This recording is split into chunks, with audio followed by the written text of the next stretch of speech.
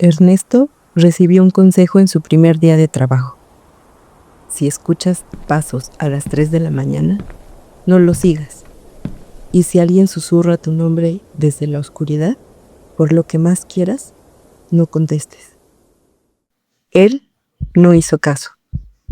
Pensó que eran cuentos para asustar a los novatos, pero hoy, el silencio de su propia casa ya no le pertenece. Dicen que hay lugares donde el silencio no significa paz, significa que algo está esperando. Bienvenido a la habitación oscura. Relatos. Apaga la luz, ponte los audífonos y escucha con atención. En el centro de Puebla existe un convento donde las monjas hicieron votos de silencio absoluto, pero nunca de descanso, porque ahí dentro nadie duerme. Y los que lo intentan no vuelven a hacerlo solos. De día, el exconvento de Santa Mónica parece un museo más. Las luces cálidas, turistas admirando las cocinas antiguas y guías hablando en voz baja. Pero cuando el sol se oculta tras los volcanes y la pesada puerta de madera se cierra, el edificio recupera su verdadera naturaleza, la de una prisión de fe. Durante siglos, este lugar albergó a las monjas agustinas recoletas, mujeres que dedicaban su vida al encierro total, la oración y la penitencia. El aire aquí se siente estancado. Las paredes parecen exudar un frío de cripta, y el olor a incienso viejo se queda atrapado en las esquinas, como si el lugar siguiera respirando por pura costumbre. Se dice que muchas de ellas jamás volvieron a ver el mundo exterior. Algunas ni siquiera salieron después de morir. Hoy, el trabajo de los vigilantes nocturnos parece simple. Rondas cada cierto tiempo, revisar chapas y anotar irregularidades. Pero en la práctica, es caminar solo por un laberinto hecho para el silencio y descubrir que el silencio también tiene sonidos. Cuando se apagan las luces de las salas, solo queda el haz de la linterna recortando las sombras, que parecen moverse apenas dejas de mirarlas. Durante el día, es un tesoro histórico, una joya arquitectónica, pero en la noche, es un lugar donde nadie debería quedarse. Nadie, excepto los que no tienen otra opción. Esta historia fue contada por Ernesto, un guardia que trabajó ahí apenas 3 meses. Ernesto no era un hombre de historias paranormales. Tomó el empleo por necesidad. Turnos largos, paga fija. Al inicio se reía de los rumores. La primera semana fue tranquila. Un silencio perfecto. Pero en ese tipo de lugares, cuando tu mente no tiene nada que escuchar, empieza a inventar cosas. O eso creía él. En la segunda semana comenzaron los ruidos. Primero fueron golpes secos en cuartos vacíos. Luego, el tintineo de metal en la cocina antigua, como si alguien acomodara utensilios en la oscuridad total. Y finalmente, aparecieron los pasos. Lentos, arrastrados. El sonido de piel descalza caminando sobre la piedra fría. Ernesto buscó animales, intrusos, ventanas abiertas. No encontró nada, pero notó algo que le heló la sangre. Los pasos siempre comenzaban exactamente a las 3 de la madrugada, ni un minuto antes ni uno después. La noche del incidente, a las 2:59, el convento pareció contener el aliento. Ernesto decidió que ya no podía hacerse el sordo. Tomó su linterna y caminó hacia el antiguo dormitorio de las monjas, un área que debía estar bajo llave. Desde el final del pasillo vio una línea negra donde no debía haber nada. La puerta estaba entreabierta. Un hilo de aire helado escapaba de la habitación, cargado con un olor a tela guardada, a humedad y algo más. Algo antiguo y podrido que le revolvió el estómago. Ernesto empujó la puerta. El chirrido de la madera vieja no sonó como una bisagra, sino como un lamento humano. El aire dentro del dormitorio estaba tan pesado que le costaba respirar. La linterna barrió la oscuridad y el corazón se le detuvo.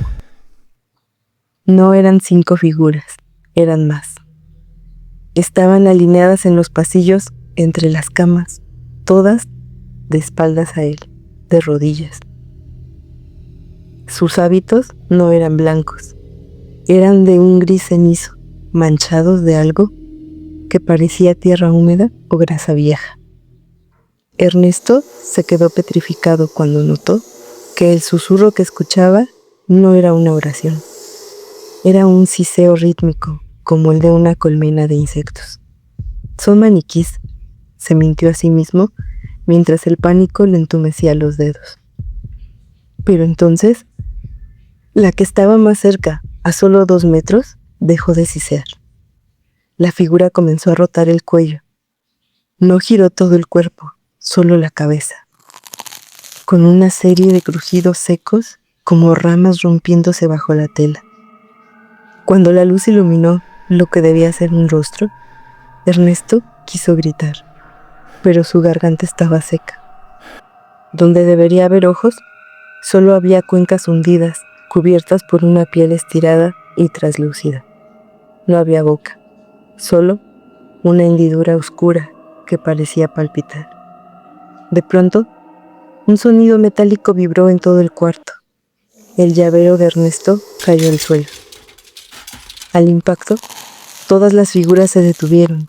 Todas rotaron sus cuellos al unísono hacia él. Y en ese instante, el siseo se transformó en un grito sordo. Una frecuencia que le vibraba dentro del cráneo. Las figuras comenzaron a levantarse. No usaban las manos. Ascendían de una forma rígida, levitando unos centímetros antes de que sus pies descalzos tocaran la piedra con un golpe húmedo. Ernesto retrocedió, pero la puerta por la que entró ya no estaba. Solo había oscuridad y ese olor a incienso podrido que lo asfixiaba mientras aquellas cosas empezaban a caminar hacia él. Ernesto no recuerda cómo salió, solo sabe que despertó fuera del convento, tirado en el suelo, con la espalda empapada como si hubiera dormido sobre piedra mojada. Tenía un hueco de 3 horas en su memoria. Renunció esa misma mañana. Dejó su uniforme y su gafete sobre la mesa sin cobrar su última quincena. Huyó a otra ciudad, buscando refugio en el ruido y las luces, pero el tiempo para él se rompió esa noche. Antes de irse, un vigilante viejo llamado Víctor le dijo, sin mirarlo a los ojos, «Antes de ti hubo otro que se quedó a investigar. Decía que el convento se aprendió su cara. No debiste entrar ahí, muchacho». Ernesto ya no trabaja en el convento, pero el convento nunca lo dejó ir. Ahora, cada madrugada, a las 2:59 a.m., el silencio en su habitación se vuelve absoluto. Se apaga el sonido de los autos y del viento. El aire se vuelve pesado y el aroma a incienso viejo brota de las paredes de su departamento. A las 3 en punto, siente el hundimiento en su colchón. No es su imaginación, es un peso real. Siente como el borde de la cama cede, como si alguien estuviera apoyando los codos justo al lado de su almohada. Siente el roce de una tela áspera y húmeda contra su brazo y escucha el siseo, un aliento helado directamente en su oído. Hace una semana cometió el error de abrir un ojo y en la penumbra vio una silueta grisácea sentada en los pies de su cama. No lo estaba mirando, porque no tenía ojos. Estaba ahí, estática, esperando a que él terminara de despertar por completo. Si alguna vez visitas Puebla, cuando el sol se oculte, no te quedes mirando las ventanas del exconvento de Santa Mónica, porque quizá, sin darte cuenta, algo se prenda a tu cara y decida seguirte a casa. Algo que no busca tu fe, sino tu compañía. En ese silencio, donde ya nadie puede volver a dormir solo. Si esta historia te ha quitado el sueño, deja tu rastro en los comentarios. No olvides suscribirte para no perderte el próximo relato. Y esto fue La Habitación Oscura, Relatos. Que tengas una noche tranquila, si es que puedes. Buenas noches.